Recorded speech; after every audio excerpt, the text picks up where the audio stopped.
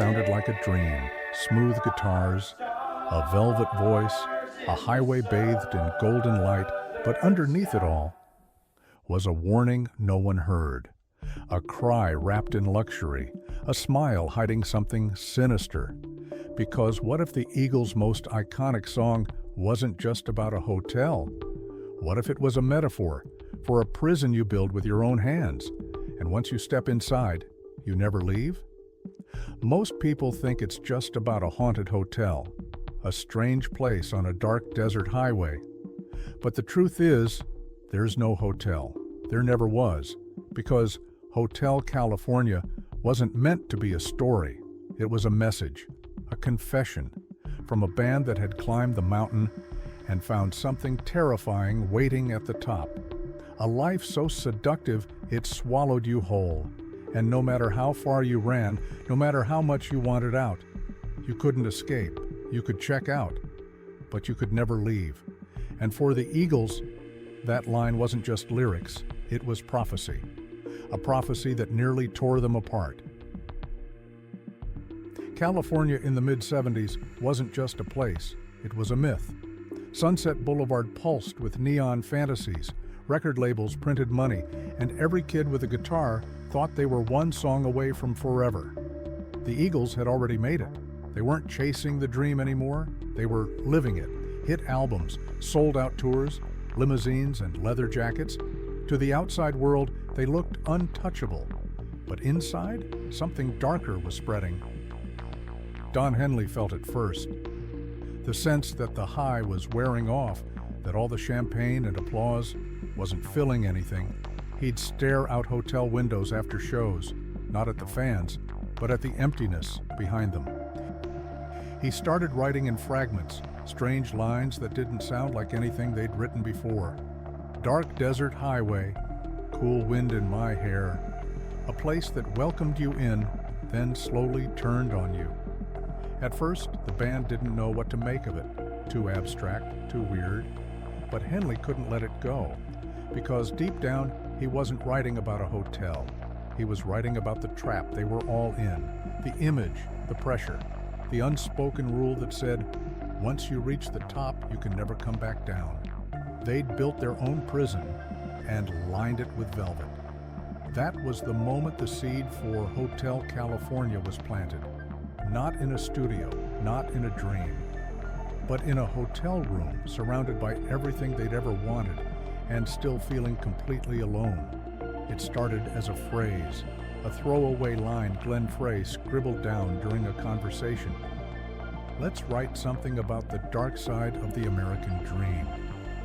That was the spark, and Don Henley ran with it. He imagined a place drenched in luxury, but haunted by invisible chains. Night after night they pieced it together, not in one sitting, but in fragments. Melodies hummed in limos, lyrics jotted on napkins.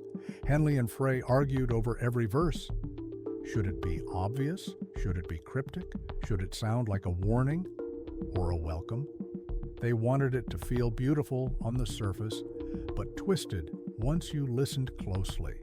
So the verses were rich with imagery, mirrors on the ceiling, pink champagne on ice, pretty faces that never aged, but the deeper you listened, the more it felt like a slow descent, a trap disguised as a five-star resort. No locks, no chains, just temptation. They weren't just writing about fame, they were writing about themselves, about what it meant to be stuck in a life you once begged for. As the song took shape, it scared them. It was too real, too close to the bone, but they couldn't stop. Because finally, they were telling the truth, and the truth had teeth. The irony hit them too late. By the time Hotel California was finished, they were deeper in the trap than ever. The parties were no longer celebrations. They were rituals, endless nights of excess, blurred mornings, and whispers behind closed doors. The band stopped talking about music. They talked about contracts, control, power, and most of all, escape. Henley had said the song was about the record industry, about the machine that chewed people up and smiled while doing it. But now they weren't just criticizing it. They were feeding it, every tour date, every interview, every million-dollar deal. It became harder to know who was real. Were they artists? Were they products? Were they prisoners? The pressure built quietly, like steam in a sealed room. One member started drinking more, another began missing rehearsals. Glances turned into glares. Private frustrations exploded in public. And yet the song kept rising. Radio couldn't stop playing it. The line hit hardest on stage. You can check out anytime you like.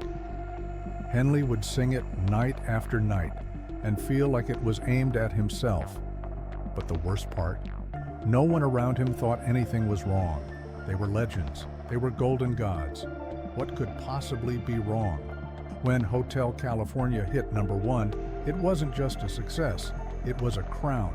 A confirmation that the Eagles had written one of the greatest songs of the era. They won the Grammy. They sold out arenas faster than ever before. They cemented their place in music history. But inside the band, something had shifted.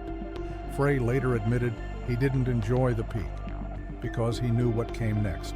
Expectation, imitation, repetition. How do you top a song that's already swallowed you whole? Interviews asked the same question. What does the hotel symbolize? Henley would smile, answer vaguely, but behind his eyes, you could see the weight. They knew the hotel wasn't real, but the metaphor had come alive. And now they were living inside it. At every show, the crowd demanded it. They didn't want new songs. They wanted the curse, the velvet trap.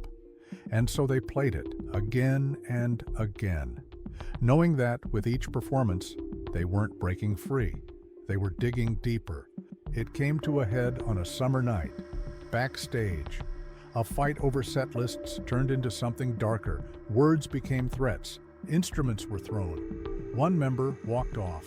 The band was unraveling.